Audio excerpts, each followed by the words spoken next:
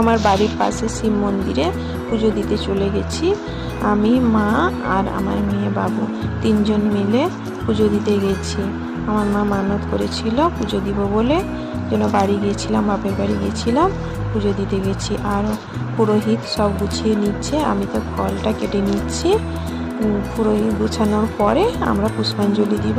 আমি ফুলগুলো কেটে নেওয়ার পর এবার মা বসছে, এখানে আমার পাশে মা বসছে। এবার পুষ্পাঞ্জলি শুরু হবে। এই যে শিব ঠাকুরে দেখো, মহাদেবকে কি সুন্দর লাগছে।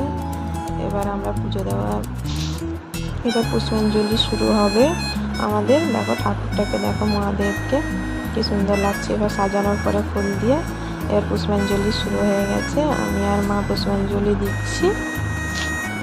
আমাদের পাশে 3টা মন্দির আছে পরপর, আর এখানে আমি মন্দিরের পাশে আর একটা মন্দির ছিল, পুজো দিতে গেছি, ফুল দিলাম।